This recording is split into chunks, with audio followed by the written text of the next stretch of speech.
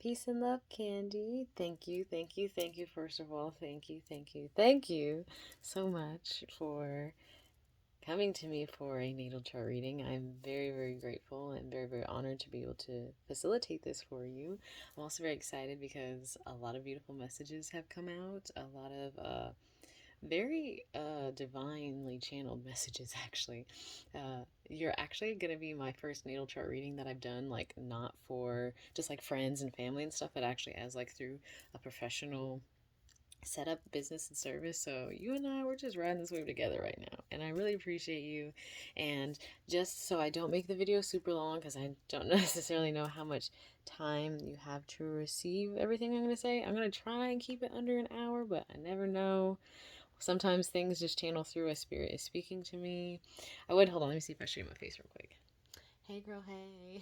Um, I have a tripod set up because I wanted you to be able to see the cards. I definitely feel like they are very activating and very high vibrational, and a lot came through the cards. I was called to by my guides to use the cards for you. That's why I asked for your permission, because they're like, we want to use cards, we want to use cards.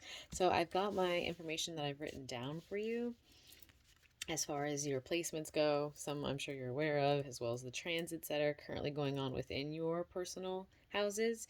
And then I also have the information for divine connections and karmic past life connections with Tarian energy, as well as doing some deeper diving into your life purpose, especially in relation to your North Node placement, as well as what your galactic and just natural planetary natal based gifts are as well, because a lot did come out through that avenue. So I'm going to start off kind of from the beginning, essentially, your birthday, and we'll move from there. And I'm just going to kind of let things intuitively flow. But I already received so much when I sat and got all my cards, and I really channeled with my guides for advice, and I was very, very clear with them. And just so you are aware who I work with, I call to the Pleiadian emissaries of light, I call to my Lemurian ancestors, I call to Goddess Isis, the Ascended Masters, and Hanael, an archangel, has been coming in for me recently, so I call to her as well, and all of my spirit guides who work with the light and the divine order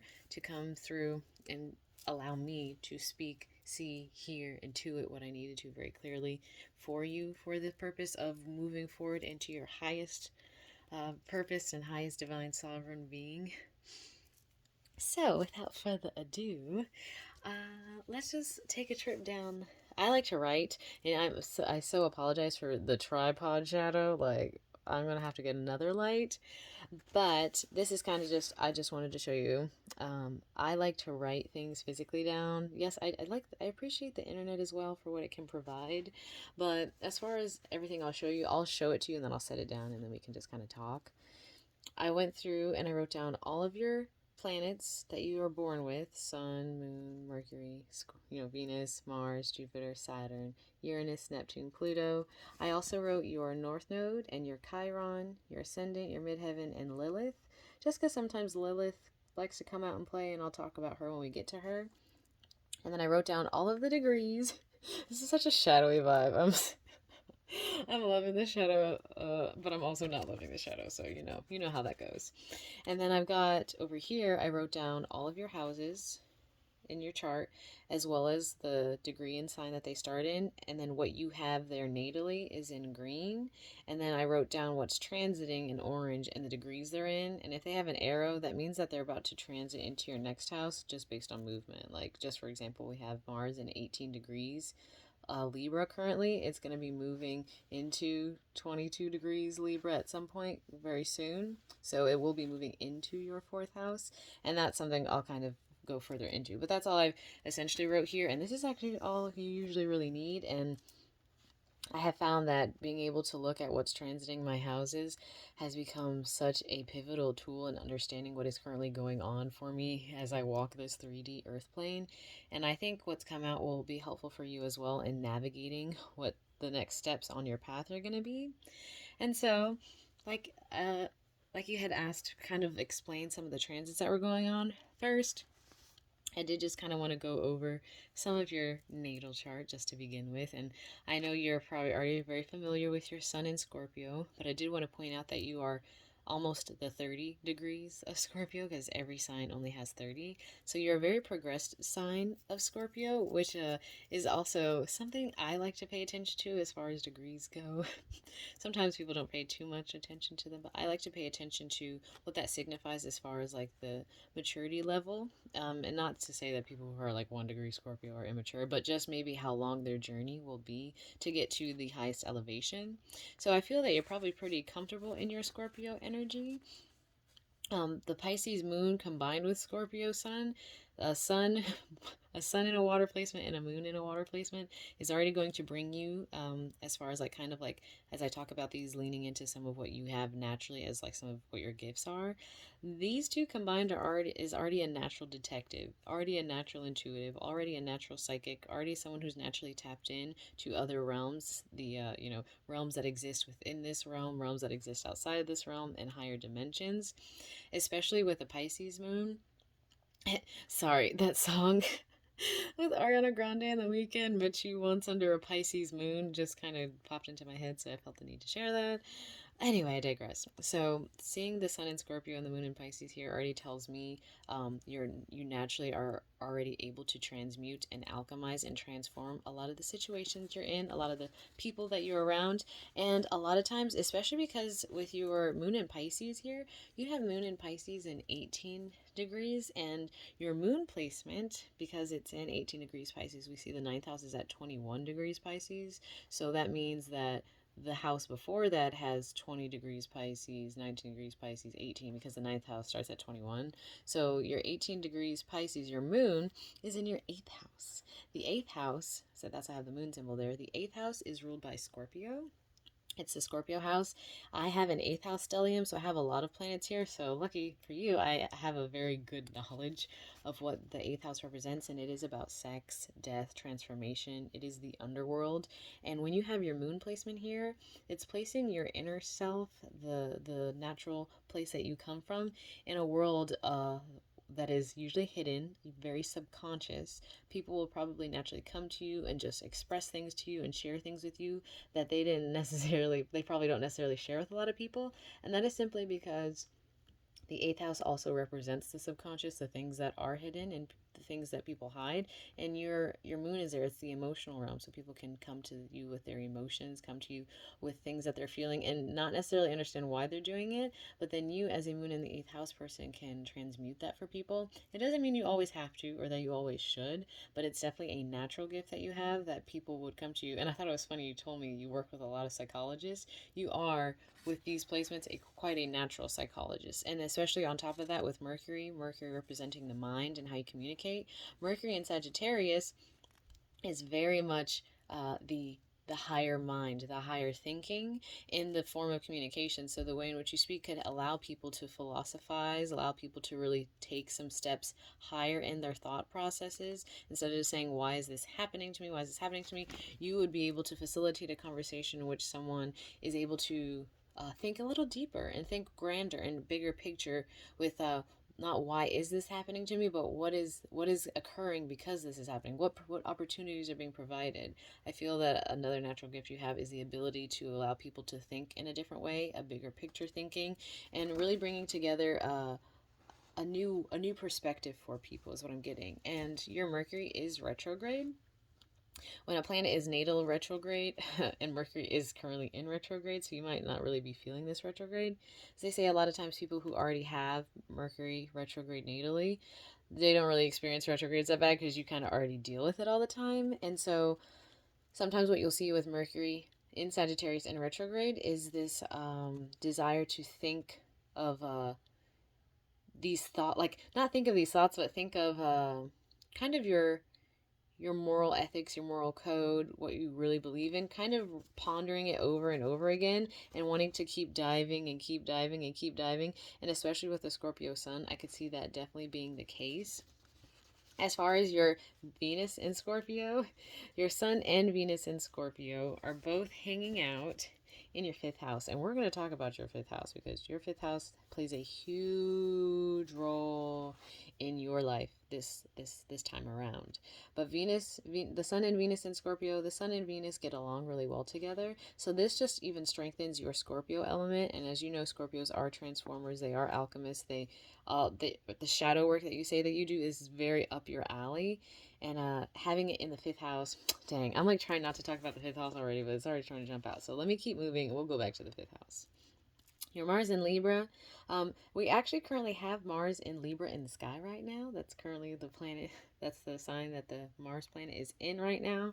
So, Mars being in Libra is sometimes a difficult placement to have, actually, just to keep it very candid and straight with you.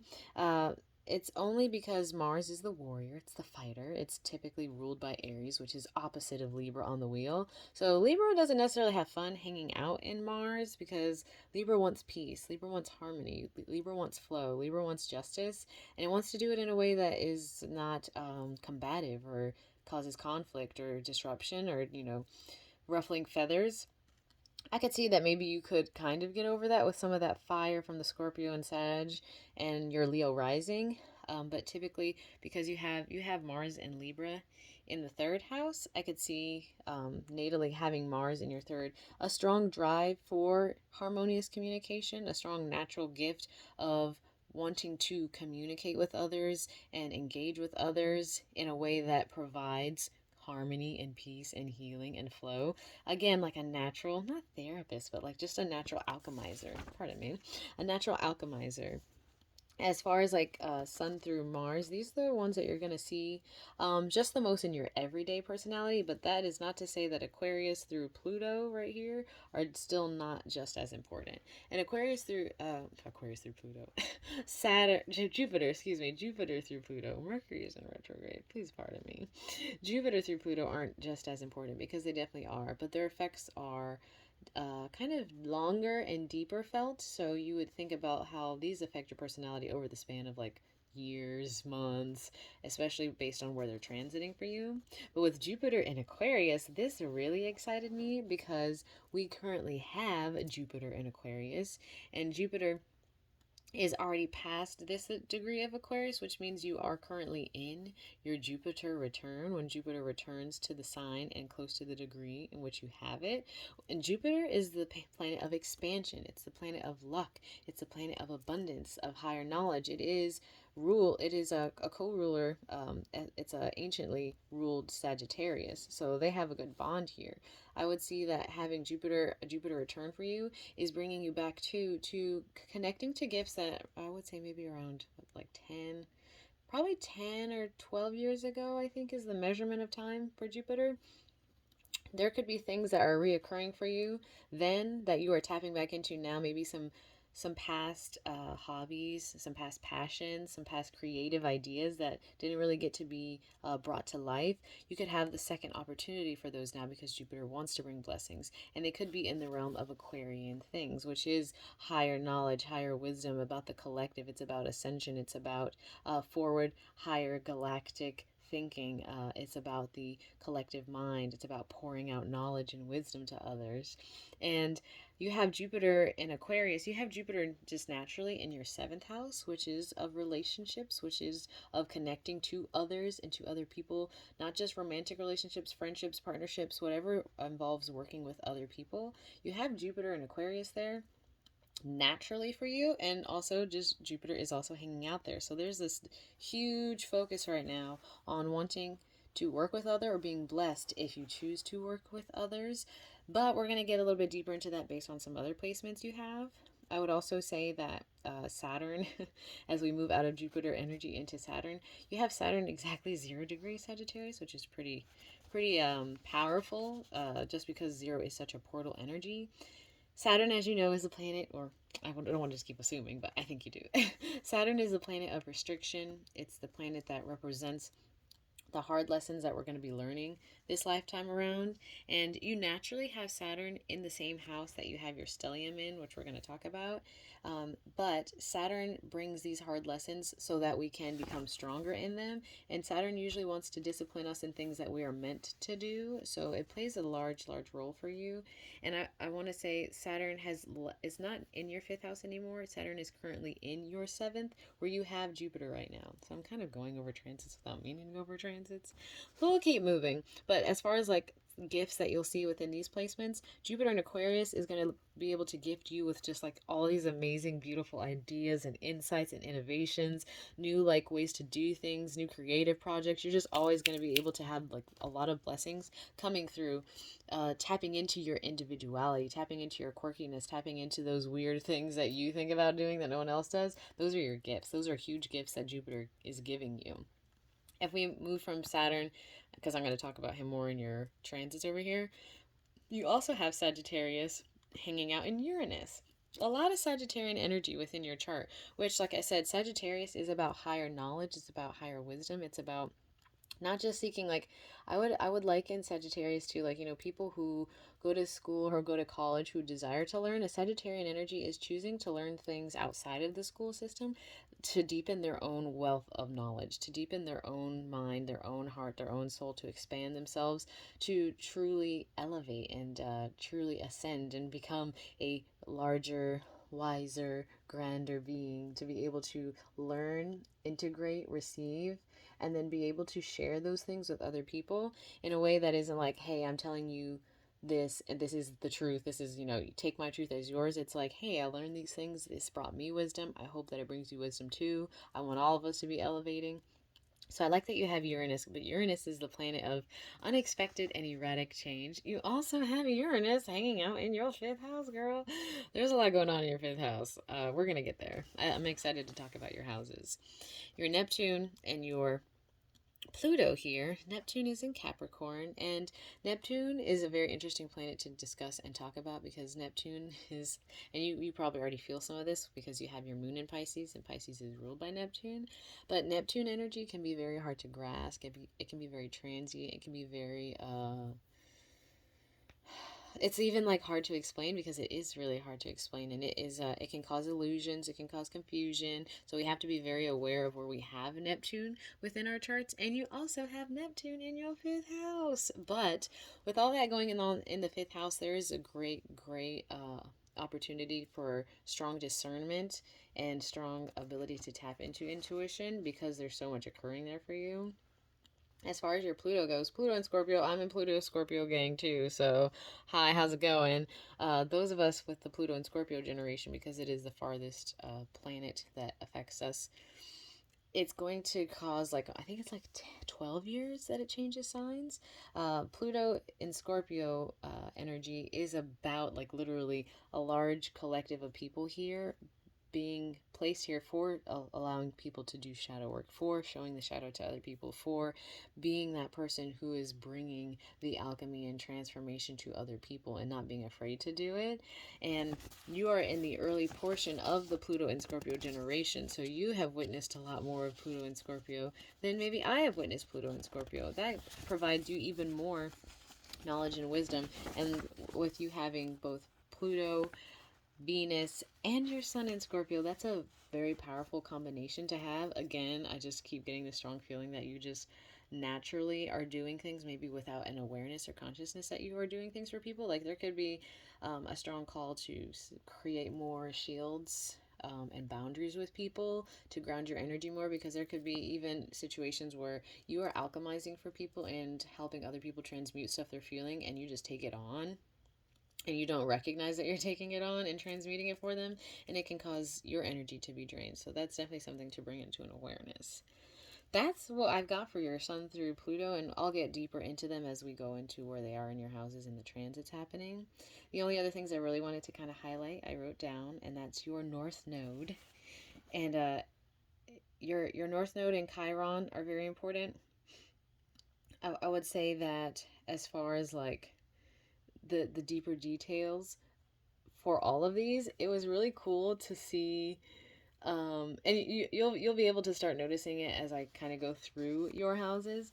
But there's a lot in here that speaks to you becoming more independent, becoming more of a leader, becoming more of like the person who steps outside of the typical setup for how anything is done, especially with Jupiter and Aquarius.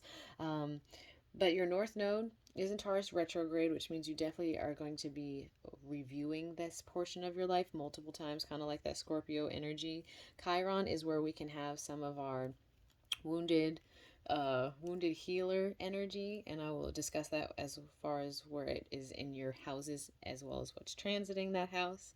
Well, your ascendant, your midheaven, and Lilith. Your ascendant is in Leo, which means that at the time of your birth, Leo was rising in the sky, and I love Leo rising energy, and I definitely felt that off of you because when a Leo rising enters into a place, it is like a little sun. It's like a sun has entered into a building, and what's really cool about this is having that Leo rising, but then a Scorpio sun underneath, and then a Pisces moon underneath, is being able to illuminate the dark, doing that shadow work for people. And a Leo rising is going to be so bright, so warming, so expressive, so creative, so unique. And that's something you're going to continue to pour into more and more as you continue to grow. And as an ascendant Leo, it typically means that you will find yourself like meeting Leos or kind of people with Leo placements so they can help you to learn how to integrate more of that energy within yourself. Ascendant Leos are here to shine. They are here to share. They are here to express. They are here to create. They are here to truly treat life as a canvas, treat it as a full expression. With your midheaven is in Aries, which is a really cool placement to have, and that's your midheaven is your 10th house. You have it in 22 degrees Aries. You have your north node there, and your north node is in Taurus, and that is what you are rising to. That's what you're headed towards. And what I think is really interesting, and we'll get into it, is the dichotomy between having an Aries 10th house but a North Node Taurus in there.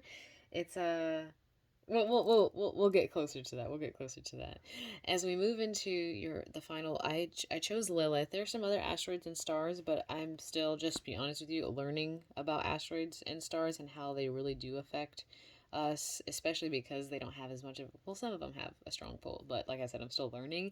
But with Lilith, in some stories, she was Adam's first wife, and Lilith was a goddess who, when she was told that she would not be measured equally to Adam, when she could not stand at his side as an equal, but had to be subservient to him, she was like, yeah, no, I'm not about to do that.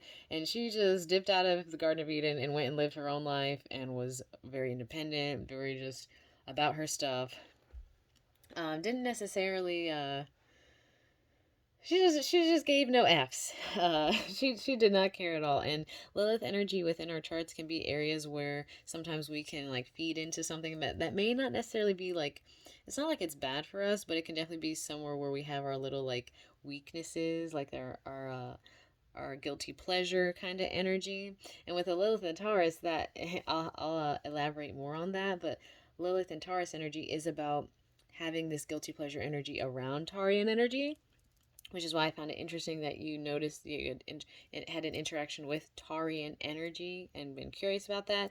But it's nothing to like be concerned or worried about, just to bring an awareness to. But I will go ahead and continue because we're going to talk about all these planets in the houses. And I think what I'll do is I'll kind of just like turn us this way a little bit since I'm going to sit here for a moment. And I just got a new tripod because the other, like, yeah, the struggle is real, but we're going through this and I'm enjoying this. This is actually very fun. I hope you're having fun and learning some already. So now I think we're moving into some of what you probably don't um, or you did not feel like you had a good understanding of. So I hope to really do shine a good light on that for you and bring some full clarity and awareness, because there's a lot going on in your house right now, and a lot is usually going on when you think about the grand scheme of everything. You don't have any planets like natally. None of your placements are hanging out in your first house. That doesn't mean that nothing is going on, but it just means that there may not be as much of a focus occurring in your first house for this lifetime around. You may feel pretty comfortable within this portion. So I'm going to kind of just slowly not focus on those houses, but give a brief overview, and we'll go into detail on the placements you do have planets hanging out. So Your first house is your rising sign. That is the Leo energy. And your Leo energy actually permeates into your second house. It goes from 25 degrees Leo up to 20 degrees Virgo, and then it enters into the third house. Now, sorry, my camera is being extra right now. The thing I will say, because sometimes people are confused about how can I have Leo in my first and my second house, is that when you draw the wheel, the chart, the natal chart, Earth isn't a perfect circle. It's actually kind of like ovular. It's more elliptic. And so when you're cutting all your slices to equal the 12 houses, some houses actually will be bigger if they're on that part of the elliptic that's wider. And so that's just the part of the elliptic that was cut for that degree. So, having your first and second house Leo, first house Leo again is that shining, bright, creative, nurturing, passionate energy. And you also have that in your second house as well. Your second house represents more of like your physical realm, what you wear, like the way you choose to adorn yourself. It can be very expressive. You could desire to express yourself in a Leo energy way. And having a lot of fire in these two placements leads me to connect intuitively to the fact that you will be pouring more into creative endeavors, more into shining your light and not hiding your light. And as we move into your third house, that third house is the house of communication. It's a house of siblings, cousins, short distance travel, technology. The third house being 21 degrees Virgo, you have your Mars and Libra in there, and you have a lot of transits going on right now, and those are what's currently in the sky. So, in the third house, you have your Mars and Libra, which means you do have that desire to communicate harmoniously, to have the ability to speak with people in a way that, and it's something you're driven towards because Mars is that warrior planet. It does want to do things. So Mars is like, I want to talk to this person. I want to talk to that person. I kind of get that vibe too with you having your podcast. That desire to have, and Libra energy isn't just about self, it's also about other, the drive to speak to others, the drive to communicate with others, to learn from others. And as you have your sun currently transiting the third, your Mercury is currently transiting the third, and Mars currently transiting the third, you may, as the sun is highlighting, the sun will highlight whatever house it's in, you may be bringing more of an awareness to this. I do want to communicate with people in this way. I do feel called to this. With Mercury being here, Mercury is enhancing that even more because the third house is ruled by Mercury. It's the Gemini house, so Mercury likes hanging out here. And then Mars, like I said, is already in Libra right now, so Mars is also hanging out in there, so double the energy. There could be a lot of communication going on right now, not just with career, but if with your relationships, with your friendships, kind of talking over a lot of things, processing a lot of things, especially since Mercury is retrograde. You could be having a lot of conversations with others, or you may just be talking to yourself. You may just be having like conversation in your head, like, well, what do I feel about this? Well, I think I might want to talk to them about that, and well, I don't know if I should do this. Like, there could be a lot of contemplative energy, but the sun will be moving into 22 degrees Libra quite soon. That's why I have the arrow drawn down, and so will Mars. Mercury will still be hanging out here for a little bit, so there still will be some communication going on and an encouragement for that communication to go on. But as the sun moves into the fourth and Mars moves into the fourth, this is going to bring a different energy about for you because, like I said, the sun highlights this area, and the fourth house is the home. The fourth house is your home environment, it's your family, it's the people within that tighter knit circle that you have. And you have your Venus here and you have your Pluto here. Having Venus and Pluto in the fourth house natally, to me, especially since it's a Libran ruled house, but you have Scorpio planets in there, it can be like the home environment is usually very, typically the home environment would feel harmonious, would be very aesthetically pleasing, be very comforting, be very balanced. But having your Venus in Scorpio and your Pluto in Scorpio in there can mean that even if that environment is like that, having Pluto dismantles, Pluto breaks things down. And it doesn't break things down just to be like, haha, I broke you down. It's like, I broke you down so that you could see what no longer serves, so that you can rebuild better. And having Venus there, Venus will help this. Venus, because Pluto will break down, and Venus will be like, oh, okay, Pluto, and Venus will add love to that. Venus will add, care and attention to nurture it back to a higher state, a better state. So it's not necessarily negative, but it can mean that, like, especially if maybe if you didn't have an awareness, there could be times in your home environment where things just like completely fell apart and then you had to rebuild it, completely fell apart, and may have been like kind of cyclical. But with your Venus in Scorpio there, you were able to transmute that, you're able to transform a lot of that and make things better and create a better environment out of that tumultuous tower like energy.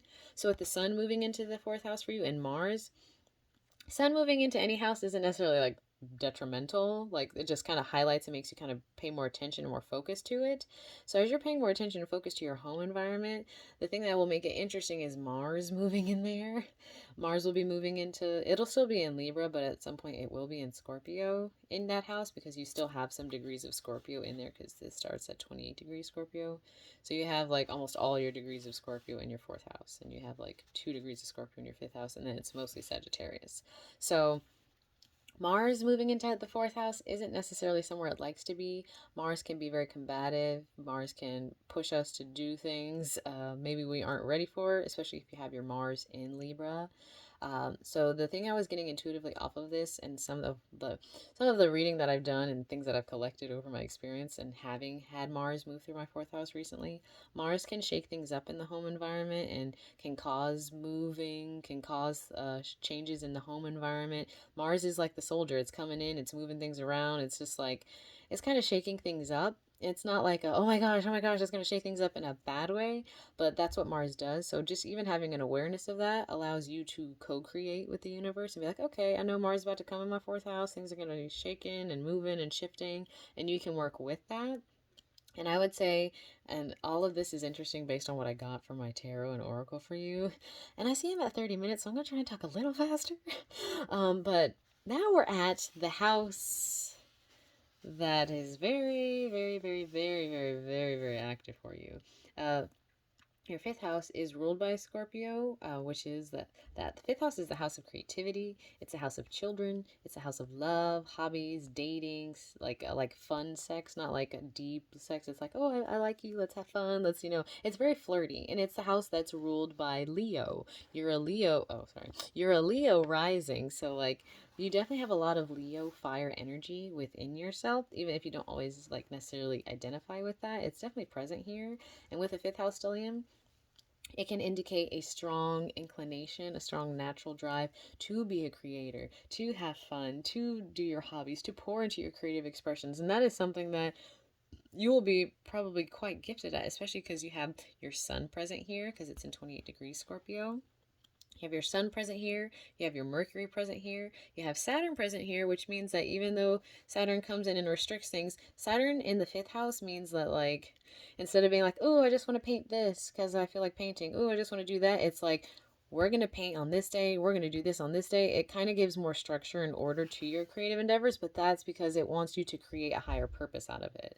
Having Uranus and Neptune in the fifth house is interesting because Uranus is very unconventional, very spontaneous, very erratic, very non-conventional, nonconformist. And so some of the work that you could be creating could be very out of here, very galactic, very high vibrational, very activating. You could be creating things that people haven't created or thought to create before. And having Neptune there connects it even more to the spiritual realm, the astral realms. You could be doing a lot of like just naturally intuitive work that like brings out like shadow work in people. I kind of get this feeling of like there's like paintings that people create so intentionally, but also subconsciously. I have a feeling with the fifth house stellium with all these planets here, especially because you have Neptune and Uranus and Saturn, I believe. Yeah, Neptune. Well, your Neptune's in Capricorn, but your Uranus and Saturn are in Sagittarius. Your Neptune's in Capricorn. So there's some structure here. There's some higher wisdom, higher learning here. And then you have some Scorpio. It's like a lot of Sagittarius, Scorpio, and a little bit of Capricorn. This creates a house that's full of potential to pour into your creative pursuits, pour into your hobbies, pour into your pleasures, pour into fun in a way that even if it's not always just free flowing and does have some structure, is going to bring about a lot of transmutation, a lot of transformation, both for yourself and for whoever interacts with your creative work. Excuse me for talking so loud, but sometimes my guides will come through and just like start talking through me. So pardon that. But what's currently transiting this for you, or is going to be transiting this, is Sorry, I'm getting too excited, is Venus. And I really like that Venus is here because having Venus present in this house is going to provide the opportunity for. Uh, wait, why do I have Venus right here? That doesn't look right. Oh, I drew a one line up. I was like, that doesn't make sense. Okay, so Venus isn't in your fifth house yet, but it's coming. Venus is going to be in your fourth house, which actually I do like seeing it there. This to me tells me that when the Mars energy comes through and starts shaking things up, like I said, Venus being present is like, even though things are shaking up and going crazy, I'm going to be able to heal it. I'm going to be able to work through this and transmute this and bring beauty out of this. And I do apologize that I put that there. That must be like a Mercury retrograde slip, because your girl don't do that. Okay, so we're going to go back to the fifth house as I continue, because it's going to all tie in together as most things in astrology do. But your sixth house, you don't have any of your personal planets here. Like I said, it doesn't mean it's not important, because there is something transiting. Currently, Pluto is in your sixth house. Like I said, Pluto dismantles and breaks things down and shifts things, not for our detriment, but for our higher good. And your sixth house represents your everyday routine, the things you get up and do every day, the work that you do every day, not like when I think of sixth house, I think of like, I wake up and I do these chores and I feed the animals and I do this and I go to this place to make money. When you go to like your tenth house is like, I want to do this as a career. I want to get paid to do this. But sixth house is like, I'm going here because they give me money for the time being until I can do what I want. Pluto being here, dismantling that, is already a big indicator to me that Pluto is breaking things down in your sixth house routines and everyday routines and the work you do, because you're going to be opening up the space to do more 10th house things and do more of what you want to do. So Pluto being here is kind of like giving you like that nudge, like, hey, I'm about to break this stuff down, because I'm moving things out of the way to give you space to do what you really want to do, is what I'm hearing and what I'm feeling too, just from, especially as it being Capricorn energy, breaking down old systems that no longer work for you and creating new systems that do. Mapping the mountain of the things you truly desire to do in your everyday and creating a new schedule that really works for you, creating a schedule that you can flow in, that really gives you the structure that you need, but gives you the creative freedom that you want. And I like that Pluto's here for that. As we move into your seventh house, like I said, you have Jupiter here, which is expanding that house, makes it, you get a lot of luck from your connections with other people. You get a lot of abundance and blessings through the connections you have with other people. You may meet them in really random, weird ways too, because it's an Aquarian ruled house, but also means you have a lot of open, just like really free, like no strings attached, cool friendships with people. And currently, like we know, Saturn is in Aquarius and Jupiter is in Aquarius, but Jupiter will be moving into this house for you soon, the eighth house, because of the degree that it's in. But having Saturn and Jupiter here, you already have Jupiter here, so this won't feel too drastically different to you. But having Saturn transiting right now, again, like I said, Saturn is always giving you those hard lessons in your fifth house. Saturn's giving you some hard lessons in your seventh house currently, when it comes to relationships, when it comes to partnerships, when it comes to creating structure within the people you connect with, when it comes to the people you work with. The seventh house also does, other than just friendships, also represent relationships. And Saturn being here can mean breaking down relationships that no longer work for you. Saturn is teaching you lessons like, does this relationship still work for you? Is this relationship providing you what you're looking for? Is this relationship bringing you to your next highest level? Is it still offering things to you? Saturn's going to make you look at things you don't necessarily want to look at, but knows that you need to look at for your highest good. So just keep that as like your own personal reminder or awareness that, because like I said, I'm reading intuitively and reading from what I received. So ultimately, still going to be up to you and what you would like to assert into your timeline and what reality you want to create for yourself. But me seeing Saturn in the seventh means that a lot of your relationships that you currently are in could be breaking down or receiving a lot more discipline in them, so that you can work for your highest good. So Saturn being here is kind of like an indicator to me, especially with Pluto being in your sixth too. Like, things are being moved out of the way so that doors can open up. Your eighth house will soon have Jupiter. Jupiter expands things, so you're going to have more of an awareness brought into your eighth house quite soon, where you have your moon placement. Moon in Pisces, intuitive, very psychic, connected to the astral realms, connected to the other realms, connected to the realms that are currently here. Having the moon in the eighth house and Jupiter about to expand this house for you, as you said, you were starting to see more energies, see more of that the other realms present here in your 3D realm. Jupiter is going to kind of open that door even more for you, but Jupiter expands and brings blessings and abundance and higher knowledge and wisdom. So it's going to be expanding that house for you so that you can learn to work with this energy, so that you can learn to use that superpower as a superpower and hone in on it, and really tap into it and use it for your highest good, and not feel like it's necessarily overwhelming you, but that you can co-create with it. So Jupiter moving into your eighth house soon is really going to provide an opportunity for you to first to kind of tap into your own inner depths, your own inner emotions, and be able to kind of see them easier, because sometimes it's hard, especially like having your moon in the eighth house already means that it takes a little bit more time to access your own internal emotions. And then with moon being in Pisces, Pisces are connected to their emotional spaces and their emotional realm, but sometimes those emotions can kind of just float away or swim away, and it can be hard to grasp. So having Jupiter move through here is going to be very beneficial for you in being able to expand upon what you're feeling, to see something that you are connected to emotionally, expand on it, learn from it, alchemize it, transmute it, because the eighth house is Scorpio, and move forward. So it's bringing in a powerful time for you to work with your emotions, work with your psychic abilities, so that you can continue to move into your higher calling, which we're going to get closer into. Your ninth house, you don't have anything personally going on, but you do have Neptune transiting in there, and Neptune's going to be transiting for a minute, but it literally, yeah, it's going to be transiting a minute for you because it just entered 21 degrees Pisces, and your ninth house is 21 degrees Pisces. So literally, Neptune just started hanging out with you in your ninth house. Neptune can cause some interesting, like I said, illusions and confusion, but the ninth house is the house of higher learning. It's the house of spiritual knowledge and higher spiritual, like, wisdom, the desire to see things in a higher elevation, to see things in a more divine and sovereign way, to think more about the purpose of your life. Because as we move out of the eighth house, we kind of start going into our higher knowledge and our higher wisdom after taking a deep dive within ourselves.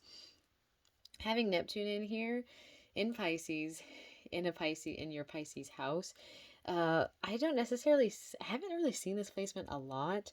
I did some research on it because I'm not too familiar with it. Intuitively, I read it as Neptune coming in and kind of allowing you to filter through what you are tapping into as your truth, and walking more in that truth, reading more into your like gifts, especially because it's Pisces ruled and you have your moon in Pisces.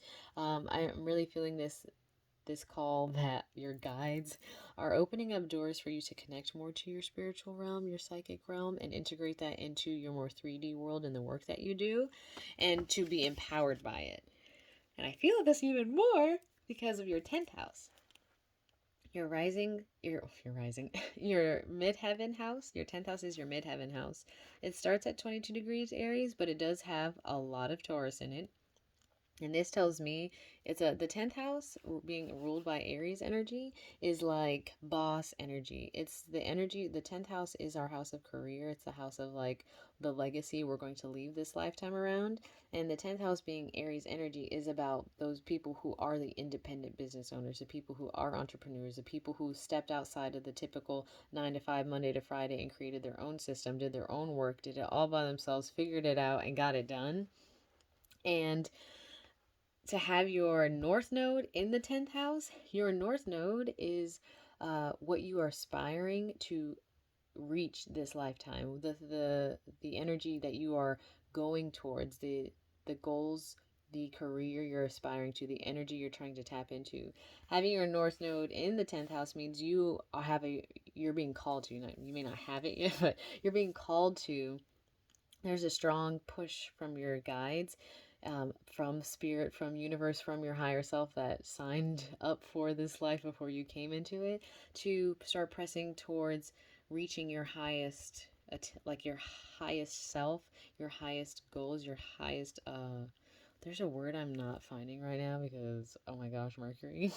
Maybe it'll come back to me, but the 10th house is the career house. It's putting all of your focus on creating a legacy, all of your focus on being that independent creator, being that person who steps outside of the typical 9 to 5 and presses and truly like pushes towards their highest capabilities within themselves independently in terms of what you do for work, like what you want to be known for, like especially with that fifth house stellium going on creatively. Having a north node in the 10th house is like that strong drive to pour into your career, a strong drive to pour into leaving a legacy, pour into creating a difference, being a difference, inspiring difference in others. And your north node, even though it's not in Aries, your north node is in Taurus. Having your north node in Taurus energy in the 10th house, we kind of have to think of your south node, because your north node is what you're aspiring to this lifetime, and your south node is what you've already done very well. And so how you figure out where your south node is if you had like the first is connected to the seventh, the second is connected to the eighth, the third is connected to the ninth, and the fourth is connected to the 10th. So your south node is in the fourth house of the home, which means in your past life you already did this area of life very well. You became a professional at it. It's something you can do with like nobody's business. The fourth house represents the home. You're probably a very good homemaker. I know you're a very great mom. You probably very naturally just like flowed right into it, accommodating family, accommodating your children, accommodating anyone who comes into your home environment, making a home, creating a home, nurturing that home environment. But as a South Node energy, you've already done that. This is something you've already done. And your guides are calling you to now move into your North Node, which is the 10th house, which is, yes, you've catered to those within your home, your family, your children, your friends, those who come into your home environment, the nurturing you've done. And now it's time to nurture your own passions. Now it's time to nurture your own inspiration. Now it's time to nurture your own creative potential. Now it's time to pour into the things you're meant to pour into this lifetime, because there are things that I just saw 45 on my camera, but I felt called to share that. Now you're meant to pour into things as just you, just Candi. What has Candi come here to create in this world? What have you come here to pour into everyone else, the collective, as we dawn into this age of Aquarius? What are you aspiring to do? What do you want to create? What legacy do you want to leave outside of the home environment, outside of what, like being connected to, oh, well, I am connected to these people, and so I'm focusing on them. Now it's a call to focus on you. And North Node being in Taurus, North Node Taurus energy means it's opposite South Node Scorpio. So South Node Scorpio, which is interesting because you have a Scorpio sun, so you may feel that sometimes, um, well, you may bring more of an awareness to it now. But if you have like a South Node Scorpio and you're a Scorpio sun, sometimes it can feel kind of conflicting, because kind of how you naturally go about is something that you've done before very well, and you're being called to do the opposite of what that is. So instead of being like kind of scorpionic, you're being called to be more Taurian, a Taurian energy. And I also find it interesting, like you said, when you mentioned the Taurus energy present within your reality, it's interesting that you would have one come into your life because of being a North Node in Taurus, because the sun sign will be able to illuminate fully your North Node, kind of highlighting, hey, this Taurian energy is exemplifying things that I am called to move into this lifetime. Tauruses are all about stability, about comfort, about structure. They are, in some ways, they are kind of Capricorny, but they are Venus ruled, which is all about the five senses, sensuality, tapping into the call to create stability, to create comfort, to create nourishment, very Empress energy, to create that through doing the work that you're meant to do. By tapping into creating more stability, more comfort, more nourishment, more groundedness, more stability within yourself in your work environment too, is really going to be able to highlight how it's all going to pour and come together.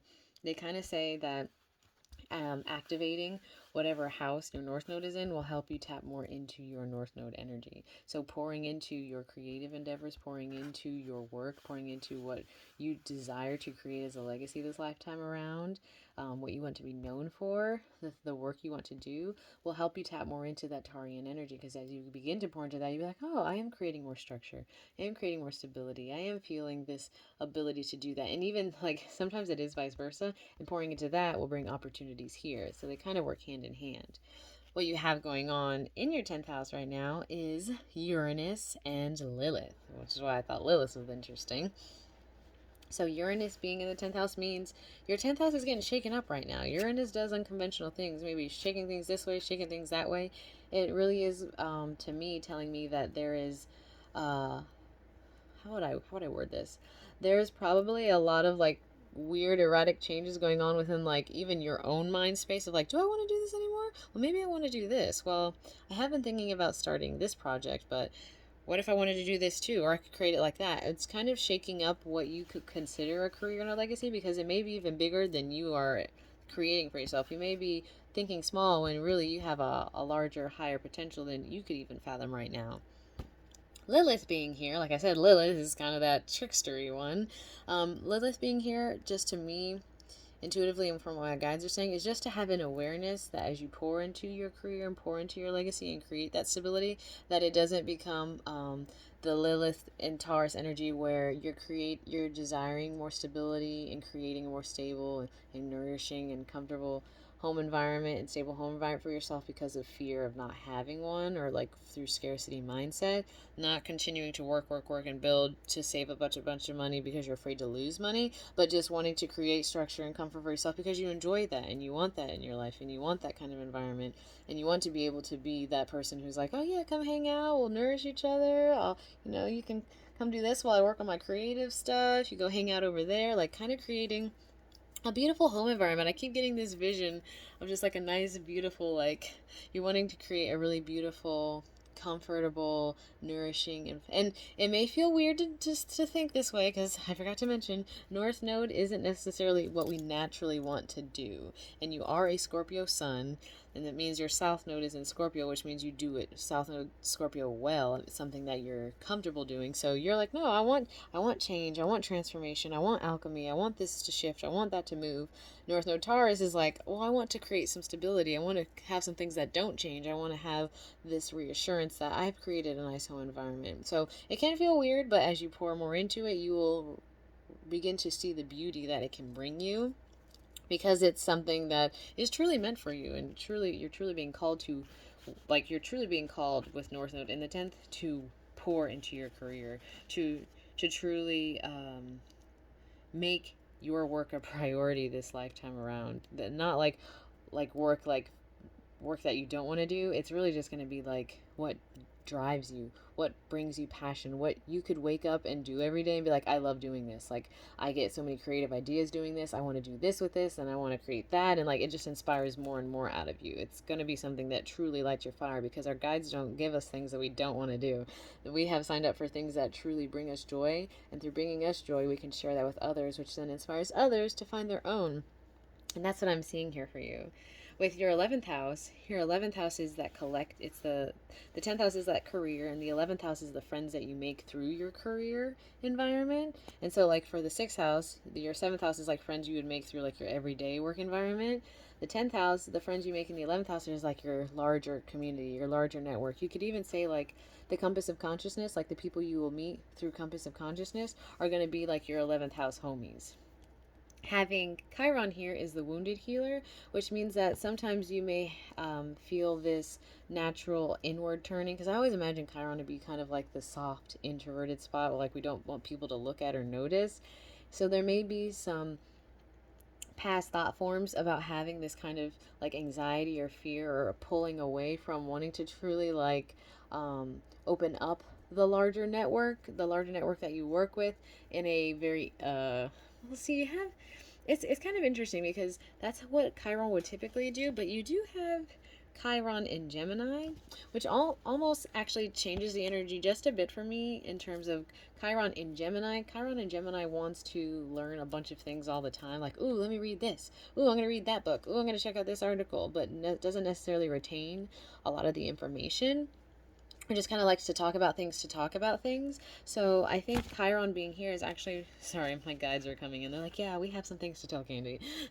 Chiron being here in the 11th house of your higher, like connected network, your collective homies, your 11th house homies through your work legacy, is kind of telling me, bringing awareness to like not wanting to pour too quickly or easily into I just want to talk to these people about like the everyday things, and just kind of like, let's learn a little bit of this, learn a little bit of that, but no, recognizing that be able to truly have large and expansive conversations with these people and be able to sit with one topic and really flesh that out with the people that you're going to meet through your work. It will be kind of intimate, but as a Scorpio sun and Venus in Scorpio, Pluto in Scorpio, Moon in Pisces in the eighth house, you will have the capacity to do this.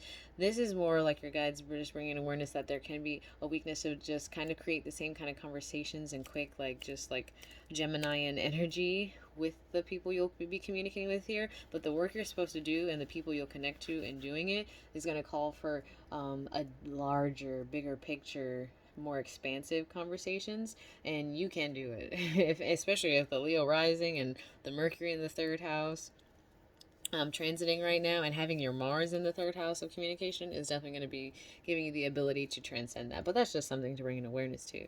And there is nothing going on in your 12th house, which, trust me, is very nice because you'll probably, I mean, having your moon in Pisces in the 8th house kind of reminds me of 12th house energy, especially because you said you're aware of spirits and energies and kind of clearing out old, things that are coming up to be cleared and transmuted, even if they're not yours to transmute. But nothing, as far as it being 12th house Cancer, um, that energy, the 12th house is like the entering into the void before you enter into birth again in the first house. It's kind of closing out all these psychic cycles, karmic cycles, and having. I mean, there's nothing there, so there's not much to really say. But I kind of wanted to bring a slight awareness to it. I highlighted your eighth house, kind of glittery. You can't really see it on the paper. I highlighted your eighth house and your fourth house because both of those had indications to me of a lot of energy that is going to be occurring in them coming up very soon. And this is kind of moving me. I'm at 55 minutes. I'm so sorry, Candy. This is kind of moving me into the next portion of my spread for you. So I'm going to move my tripod back over.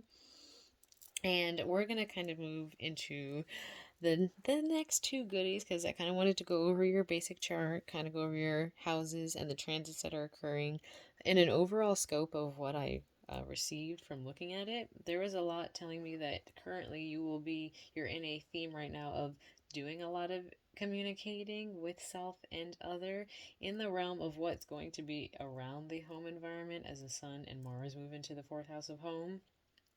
Having that fifth house stellium tells me you are definitely supposed to be pouring into creative endeavors and pouring into hobbies and creating a lifestyle and work out of them, especially with North Node and Taurus in the 10th house. There is that Saturn going on in the 7th house of relationships and Jupiter expanding that right now so that you can highlight what relationships are good for you and which ones aren't, which are serving and which aren't serving, and then soon to be moving Jupiter into your 8th house to expand more on your gifts, your shadow work, your psychic abilities. So there's a lot going on for you, things that are moving out of the way. Pluto breaking down that 6th house so that you can open up the doors of your 10th and start pouring into more of your creative pursuits and endeavors. I'm truly feeling that for you. I'm claiming that for you too because I could totally see you just stepping in like guns a blazing. So a lot of that is what I received from explaining some of the transits, some of your overall chart, and I kind of wanted to move into like your life purpose and gifts area, and then we'll move into the Tarian energy. I wanted to kind of save that for last. So, what I'm going to attempt to do now, and what will be nice is because this is kind of a newer deck that I'm working with, I'm going to get my little book because I like some of what they say in the book. It's quite activating to read. But I did a star origin spread for you, and it's a spread that reveals who you are as a soul, and it shines a light on who you came here to Earth to be. And most of us are star seeds and light workers and have galactic origins from other realms. And so I wanted to do a star origin spread for you so you could get a better indication of your gifts outside of just the 3D realm and what your guides have to say about your capabilities from galactic realms higher and higher and higher brought down here to work in this lifetime. And so the first card is your soul gift, and the soul gift that you've been brought here to share with the world is called star bathing, and I hope that it will be clear. It's see that person right there laying? Star bathing. This to me is such a moon in Pisces vibe. Um, that's kind of just what I was getting energetically. And I almost want to see, actually, give me a second. I want to, well, I'm going to try this. I'm a little scared. I'm going to try and bring the camera down a little bit. Okay. And I'm going to tilt this like this, and then maybe the lighting will be a little better because I would really like for you to see these. Well, I'm going to sit down in a chair now. Maybe I'll talk a little slower. I think I made it worse. I think I made it worse. Oh, Lord. Hold on. Okay, star bathing. I'll hold it like this for now, and then I'll show you all the cards. But this is what this is the soul gift that you received, and I really like this one. I'm gonna read it out of the book, and then I'll tell you what I see intuitively. And I saved my little bookmark so I don't take forever. The bottom says light body, crystal grid, transmission, and activation. This is one of your soul gifts. The stars are constantly showering emanations onto the crystalline grid of the earth. When things are in balance, the planet also sends information back up to the stars. Many star seeds have come to Earth at this time to help shift the planet vibrationally, to activate the ancient codes of wisdom that humanity has forgotten. And all of that information is stored in the crystalline grid. If you pull this card, you may be being called to begin working with the stars and the crystalline grid of the Earth. Some people believe that the crystalline grid of the Earth anchors divine cosmic frequencies onto the planet. You may be guided to journey to particular places on Earth to unlock these cosmic codes within your presence. You may also be interested in a practice called star bathing. This card arises because you're here to connect with the crystalline grid of the Earth, either in your hometown or by traveling to other places without quite knowing why. It also can mean that your light body, the energy body in its highest form, is being activated. If this resonates, take things extra slow in order to integrate this change of vibration. And I was getting this very strongly when I read the sentence about your light body is being activated, especially to hold down the grid and doing grid work energetically, especially with a lot of your placements.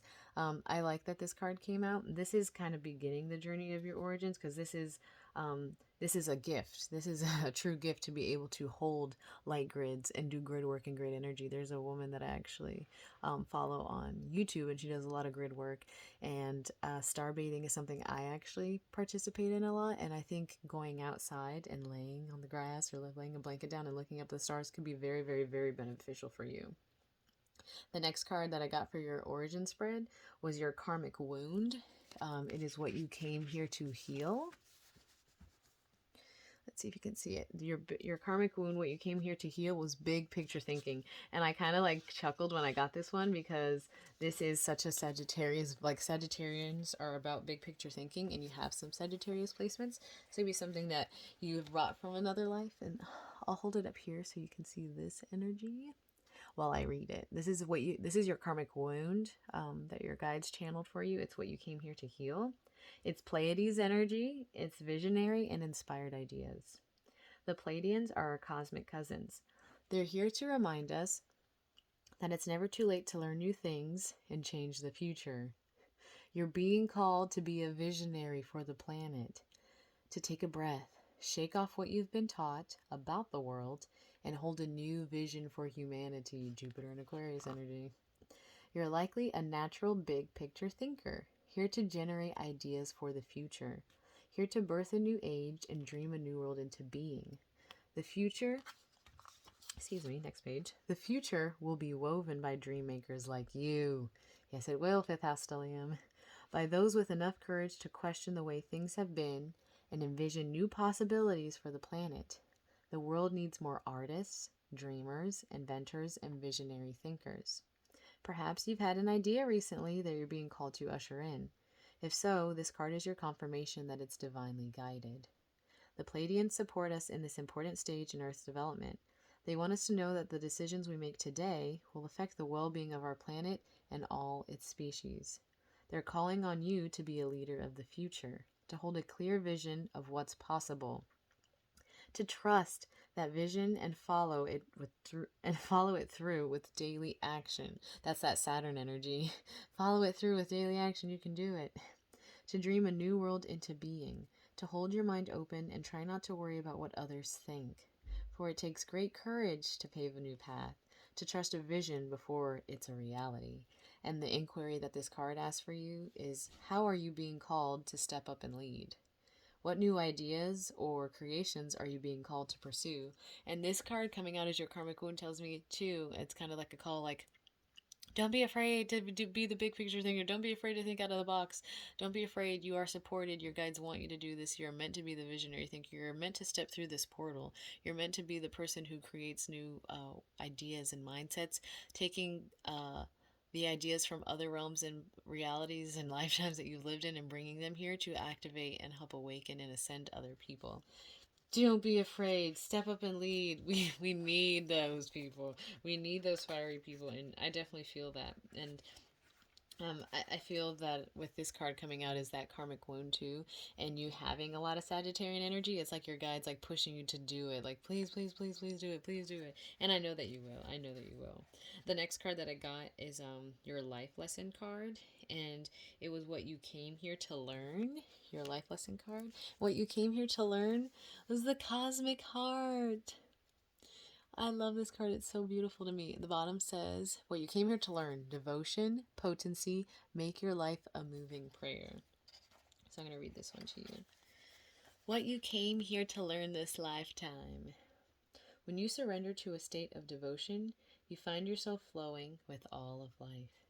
You're being called to refocus your attention deep within, Pisces moon in the 8th house, to the intelligence of your own heart, to bow with deep reverence to your inner temple, to live your life in devotion to this place, to make your life one big moving prayer.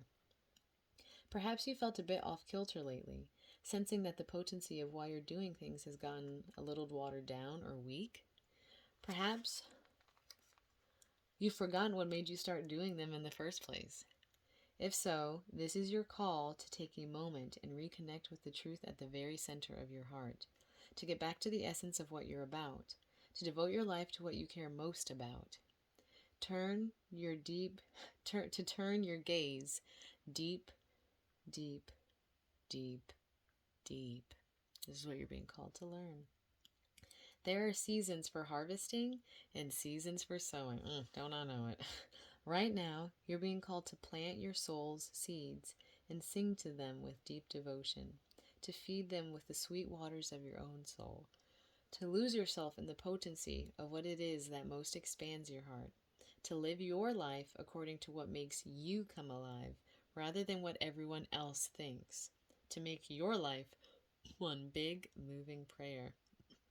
And the inquiry from this card is, how can you make your life a moving prayer? And I feel that I'll kind of just let you sit with that. I don't feel like I need to say anything. How can you make your life a moving prayer? The next card is the current obstacle. It's the thing that's challenging you the most. And the card that I got for your current obstacle, the thing that's challenging you most, was the Golden Children, which was a very interesting card to come out. Let's see if I can hold it up. The Golden Children. This is your current obstacle, what's challenging you most, as far as like how to shine your light on who you came down here on earth to be. And I will read the Golden Children to you. And tell me what, well, you don't have to tell me what resonates more, but I kind of got curious as I got it. The bottom is inner child, tenderness, innocence, rare gifts. Sounds like you got some of those. So this is, like I said, the thing that's challenging you the most, the current obstacle. Golden children, children of the sun, which is Leo energy, Leo rising, are highly advanced, extremely intelligent souls who are incarnating increasingly on planet Earth. They have little or no personal karma and possess incredible gifts and intuitive abilities. Golden children are born with a very clear mission. Many remember it from a young age and begin answering and sharing it early in life. Due to their unique intelligence, they may find themselves easily bored at school. Most have never incarnated on Earth before, and so, if they're not supported in the right ways, they struggle with physical life here. They're often referred to as the new humans. They're often, if you pull this card, it may be a sign that you're being called to mother, father, or nurture a child. You may be called to tend to your own inner child, a creative idea or project, or a new beginning. To treat yourself or the new beginning with sweet, tender love, to nurture and nourish it. This is like North Node Taurus vibe right here, nurturing and nourishing. To give it every chance to grow and reach adulthood, to encourage it, to water it, to see the world through the innocence of a child. To see yourself and all others as innocent children. We're all just little kids running around. We all know that. To see yourself and all others as innocent children. To remember that deep down, everyone is trying their best, and if they're treated with a tender heart, they'll not harden as they journey through this great adventure called life. A little reminder from your guides of what is challenging the most, but what we can definitely work through. And the inquiry is, how can you treat yourself? How can you treat yourself or others more tenderly? More tenderly. And then my final card for this deck is the soul calling, and it's what your soul is calling you toward. And your soul is calling you toward your life is a canvas. Such a beautiful card, especially with that fifth house stellium vibe. Let me see if I can get it. The bottom says artist, manifestation, creative accountability. That is a Saturn in the fifth house vibe. Saturn making us accountable for our creativeness. Let me see if I can make it focus. Okay, I guess that's good enough. I don't know. Should I wipe off my camera? Hold on. I'm going to try and wipe off my camera a little bit. See if that helps. Your life is a canvas. This is what your soul is calling you toward. Your soul is calling you toward doing. Your life is a canvas. I guess it's a little better. I'm just going to let it go. Okay. Your life is a canvas. You're the artist of your life. And your life is a canvas. Take responsibility for your ability to create. Earth is known as a planet of manifestation, a plane of manifestation. Your present moment is based on your past thoughts and beliefs. Your current thoughts determine your future. What kind of life do you want to create for the future? What are you being called to create? Reconnect with your manifesting power and align your thoughts, feelings, and actions with the vibration that matches them. It's 1111. Well, it's 111, and now it's 1111 on my phone on the recording. And actions with a vibration that matches them. It's never too late to start, and no experience is required. All you need is an open heart and mind and consistent daily action. If you're not sure what you'd like to create, start instead with a feeling of deep gratitude for all that's good in your life right now. State out loud what you're most thankful for. Look for the good in your life, and one thing will be certain. You'll find yourself attracting more and more good experiences into your world. This card is inviting you to see your entire life as a canvas, and the picture is completely up to you. Color it with your thoughts and feelings. Create the life that you most long to live. You may also be called to be more creative in your everyday life. What have you been called to create? How can you express yourself more creatively? And the inquiry for this is, what are you being called to create in your life? And there are a lot of cards here about creating, creator, artist, holding the grid. And so kind of summating everything that's come out for the soul inquiry is about coming down here to help activate, awaken, and ascend other people by holding down the grid energetically with your energy, by knowing that the power of being a quirky, independent creator with big picture thinking and thinking outside of the box and bringing things down here to activate others is something that is encouraged and supported by your guides. And you're being called to learn how to tap more into the beauty of making your life a walking devotion, making your life a canvas by creating the beauty of the experience being your experience, and knowing that it's okay to be gentle with yourself and to nurture yourself and to tap into your inner depths and to pay attention to what you desire and pay attention to what you dream of doing and to pour into your own creative pursuits and to not put your things to the wayside and shift things that you desire to do out of the way to continue to pour into others and then not have that space to pour into self. And I really liked this for your final spread, and I guess I can kind of move the camera down again so you can look at them and how they were set up. I think I might go turn on the other light just before I start the final spread, and that one won't take as long because it was like so cut and dry candy. It was crazy. Like, I'm gonna get right into it, but I'm gonna pause it really quick and go turn on the other light, and I'll be right back. Okay, so I'm going to go ahead and begin the final spread.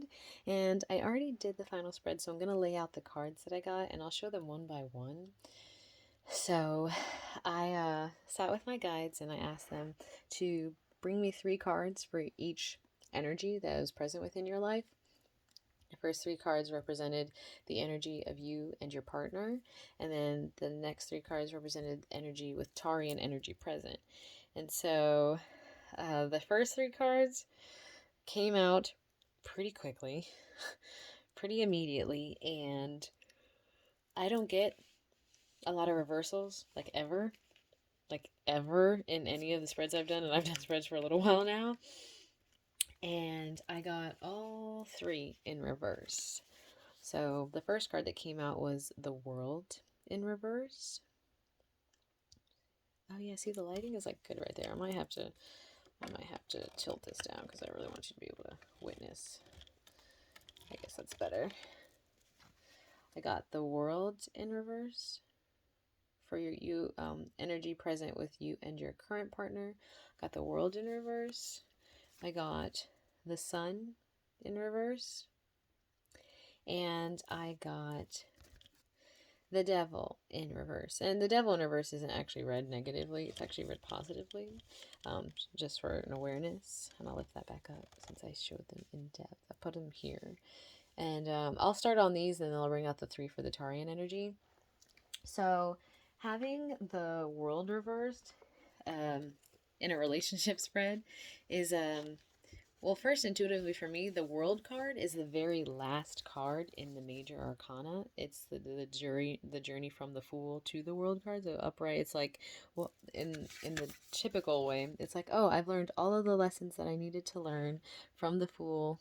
Ah, it's really not focusing. The struggle. From the Fool and further. Let's see. How do I get this? You have to pardon me. I'm a Mars and Virgo, so like I really want it to work. Her energy here is like, oh, I've learned everything that I needed to from the Fool up into the World. I'm taking all the lessons that I've integrated with me into a whole nother phase of the Fool. But having it in reverse can represent like there's something missing, something hasn't been learned, something hasn't been elevated to the next level.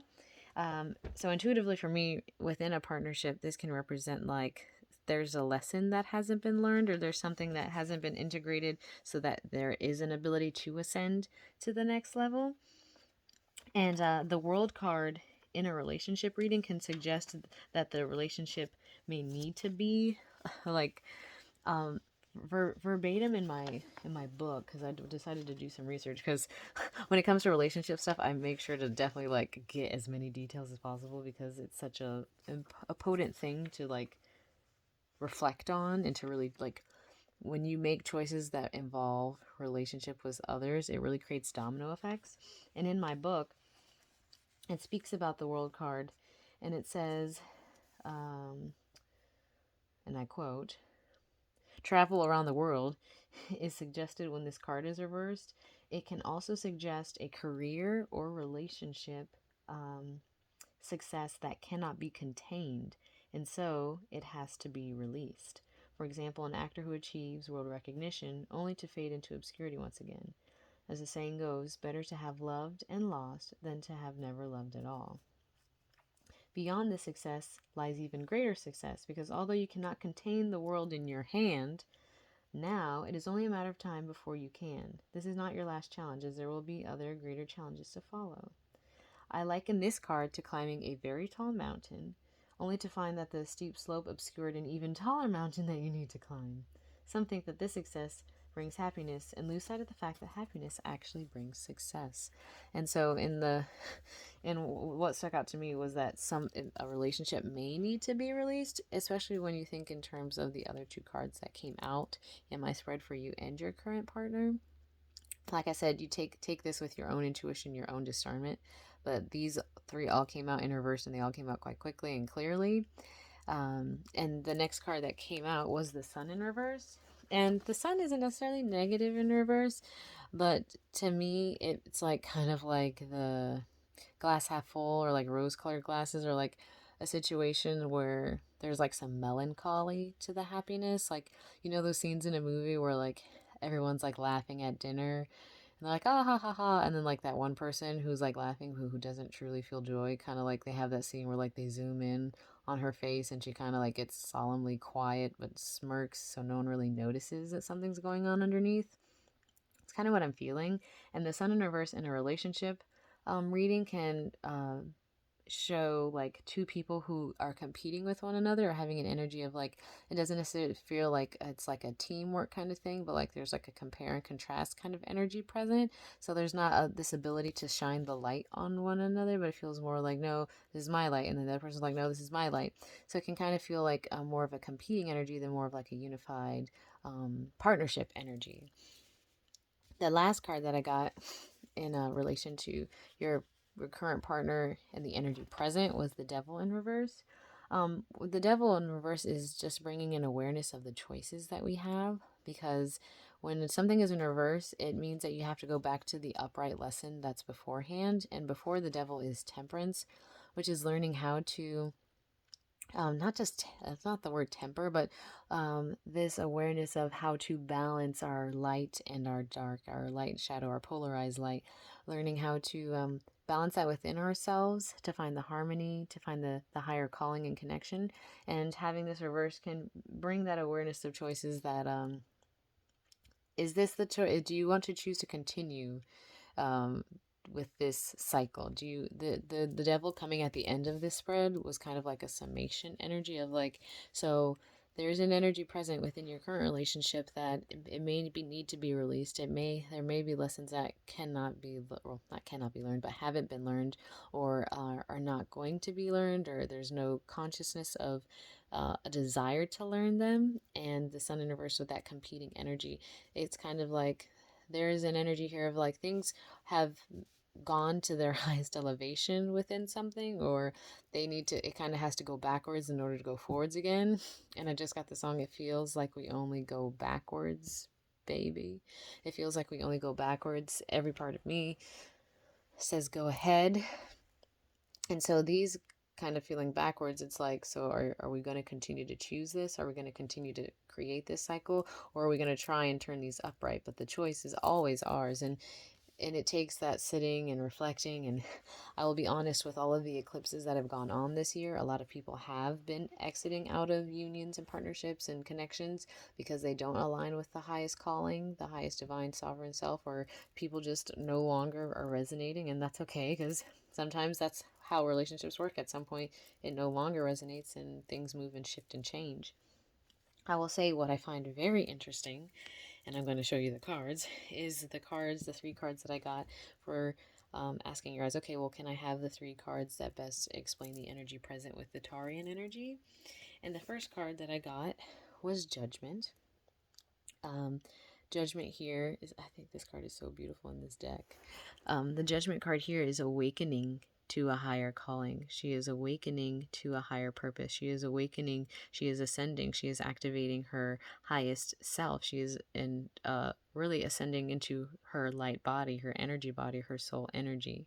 Having Judgment present within a relationship is kind of speaking on having the clear judgment on the energy that's present. Like you already have an awareness, you already have a feeling, an intuitive pull, or a knowing that this is a higher calling.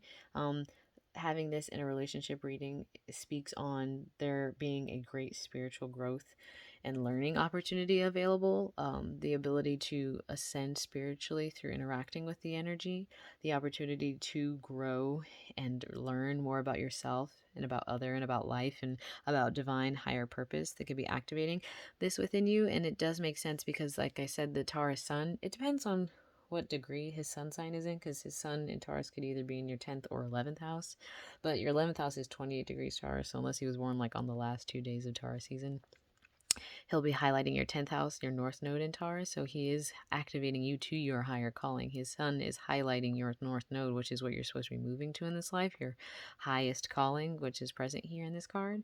And the changes that would be present with judgment aren't necessarily something you see on the outside. It's more of an internal feeling. And so having this energy present with the Taurean energy speaks more about noticing a change within yourself internally, noticing a change within yourself, about how you're feeling about anything and everything. You may have felt like an internal, like something's different, something's going on.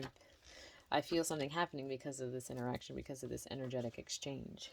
The next card that I got, oh Lord, I got the Ten of Pentacles.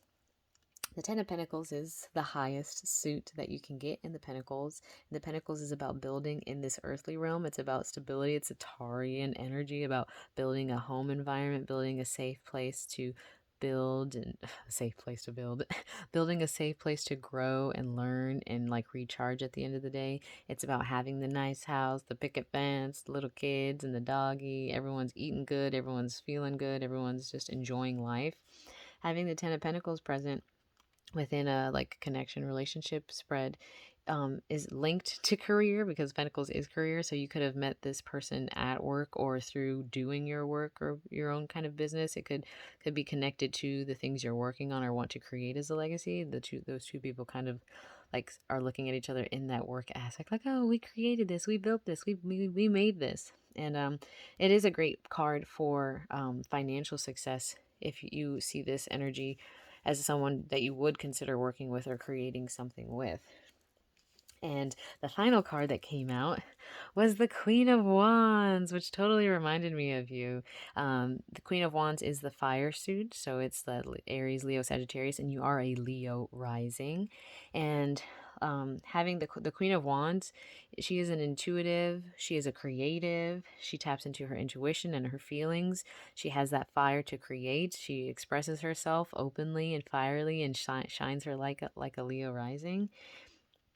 And Queen of Wands attracts what they desire by just sitting in their energy. Like things just come to a Queen of Wands. Things just pull themselves to a Queen of Wands because she's sitting in her magnetized and like alchemized feminine divine expression. And so things just naturally feel that fire like a moth to a flame is what I'm getting. Could be kind of that energy present here.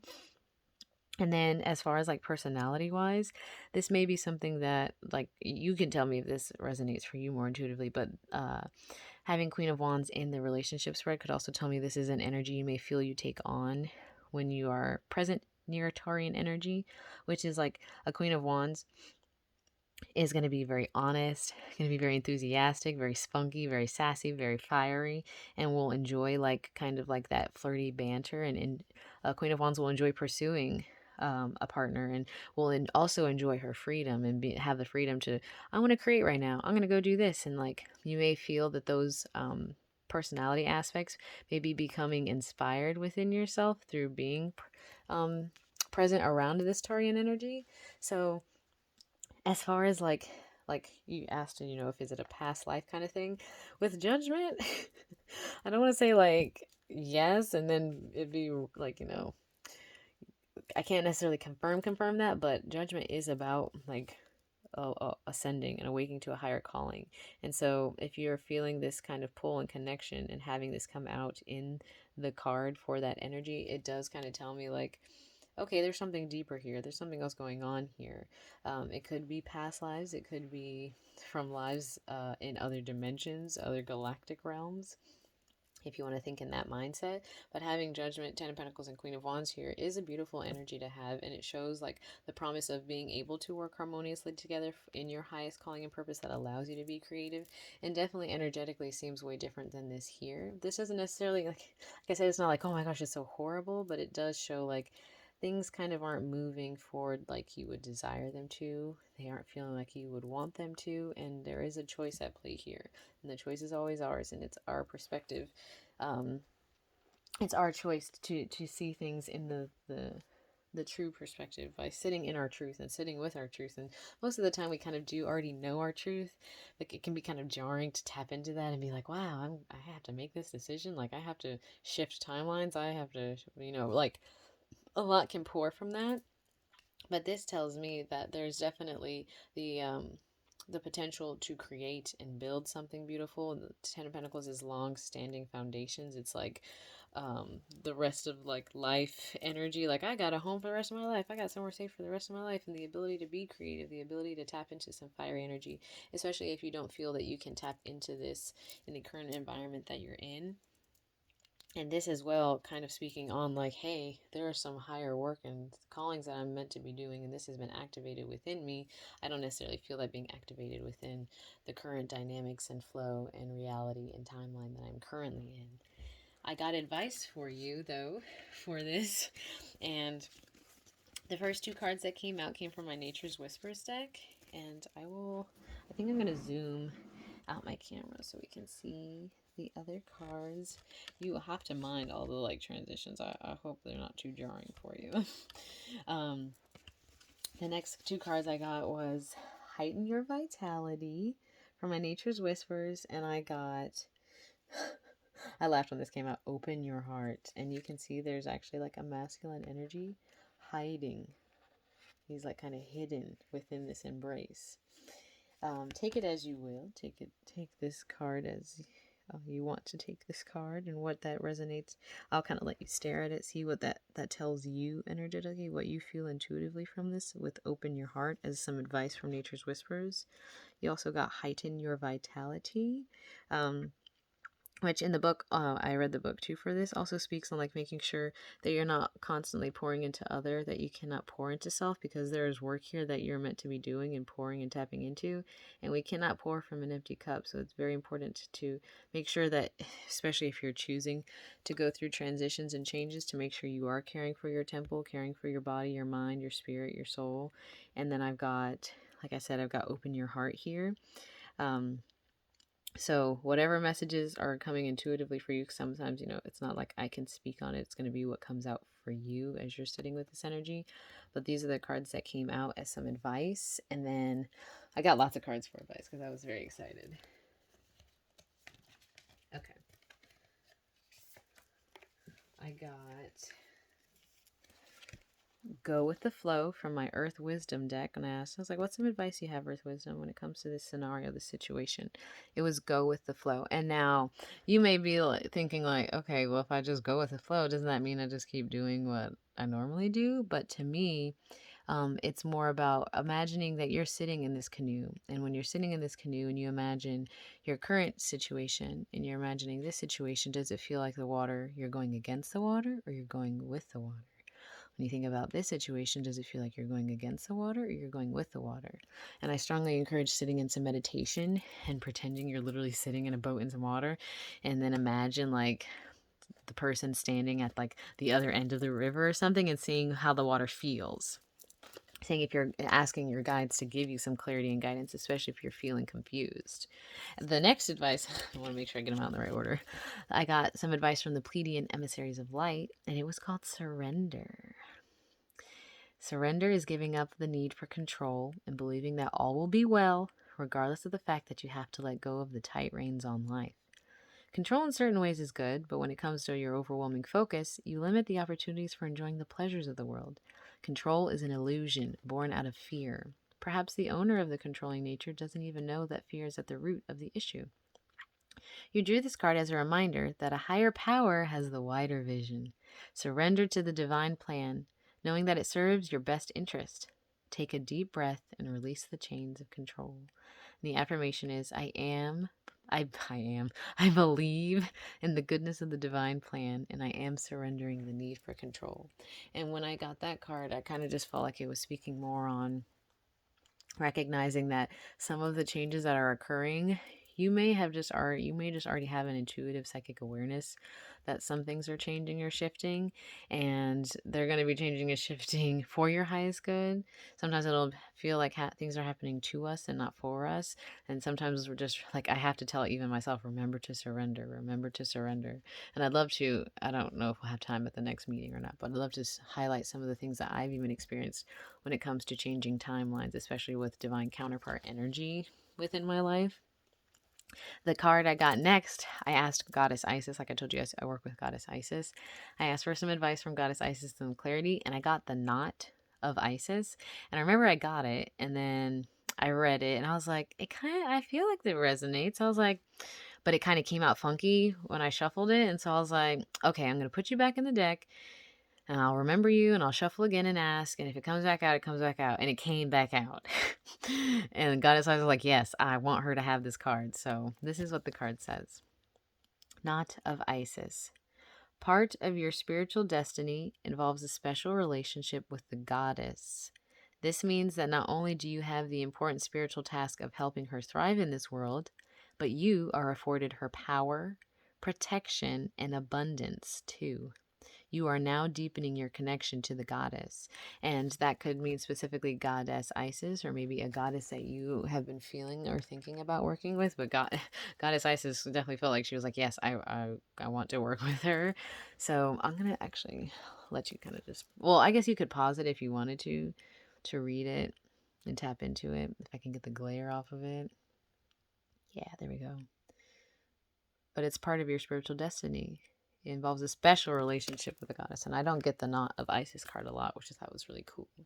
And then the final advice that I got for you when it comes to the situation, like I said, is kind of like, it's major changes are occurring for you, especially, like I said, there's some transits that are about to occur within your fourth house of your home environment and highlighting it. And I went to my self-care oracle deck, and I asked for 3 cards, one from what your higher self, one from what your inner child would like you to tap into, one for what you need in the right now, and what your higher self is asking you to step into. And so your inner child is asking you to connect to dream journaling. It says, are you sleeping? So maybe you're not sleeping very well.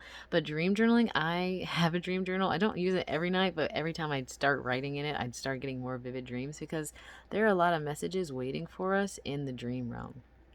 And so I like to keep a little notebook and pen underneath my pillow. And when I do have an activating dream, I write it down. And so if you're contemplating things and trying to figure out what to do, your guides may be giving you advice in the dream world on how to do it.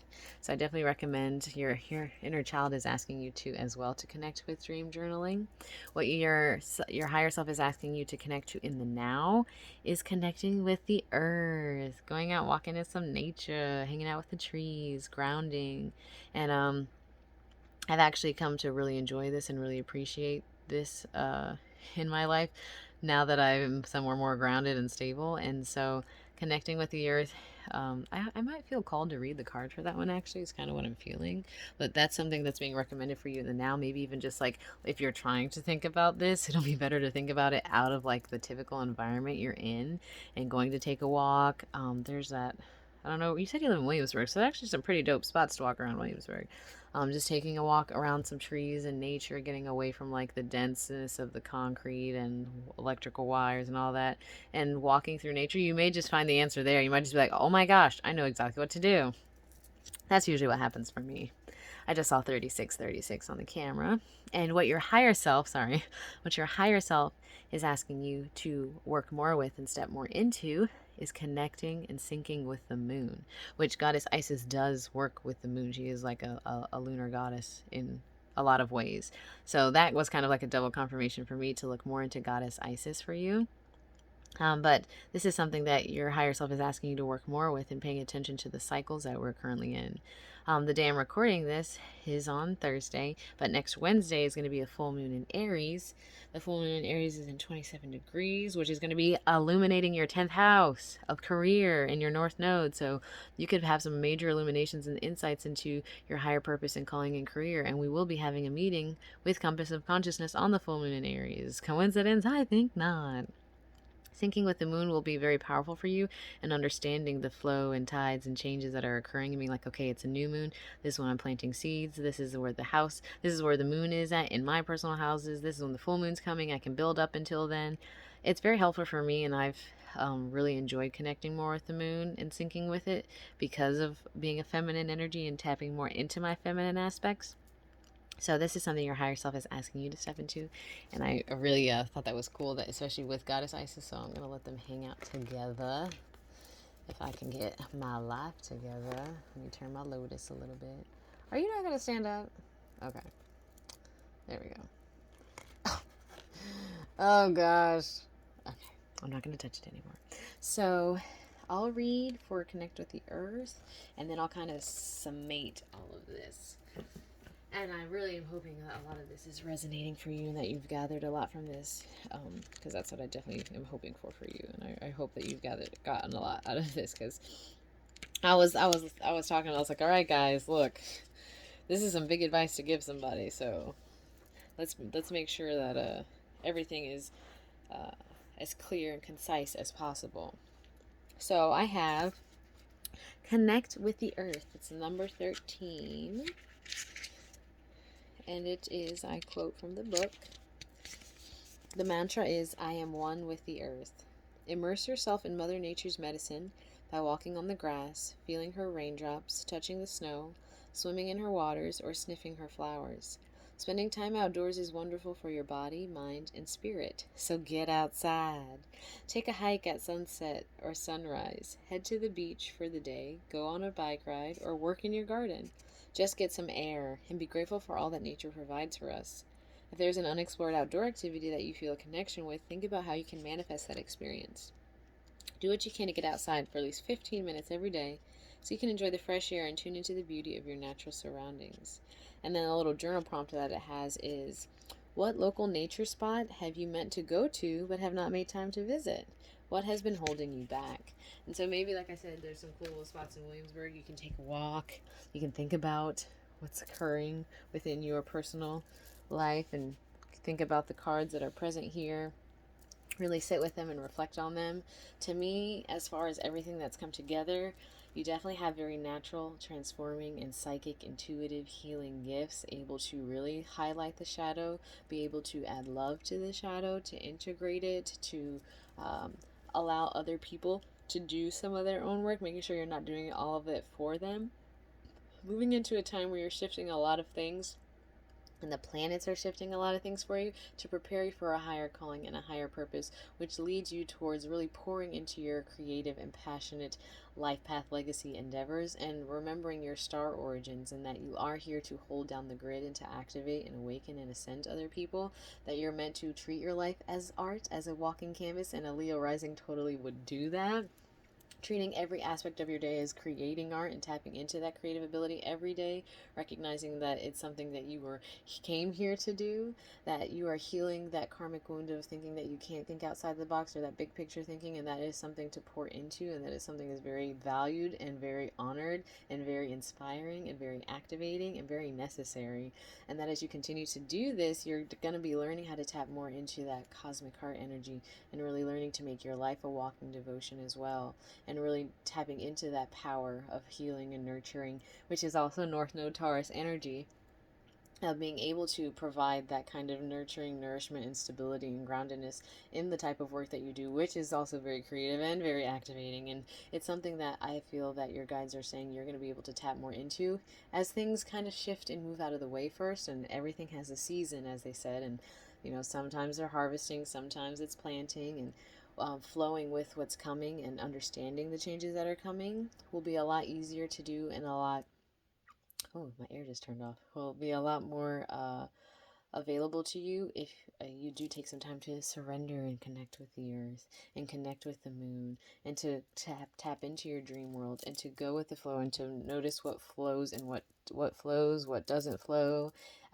opening your heart, heightening your vitality, recognizing the power of your presence, the power of sitting in meditation, sitting out in nature, going somewhere different to receive your signs and messages on what to do and the best way to do it, and spirit will make ways. The second you decide that you know what's best for you and what you desire to do and what you feel is right to do with alignment with your higher self and higher purpose, spirit will move things out of the way and create new paths and ways and opportunities. I've seen it over and over again. And so definitely have trust and faith that everything is working out best case scenario and for your highest good. There are some cards here, like I said, that tell a story of like, especially with like the cards that I used to get more clarity. I clarified the sun in reverse, and I got the Queen of Cups with the Tower and the Six of Pentacles, like this monumental shift and change, and not feeling that there's a reciprocity anymore. There's not an equal give and take anymore. There's not this there's something that's changed and shifted, and that's okay. Not everything always stays the same.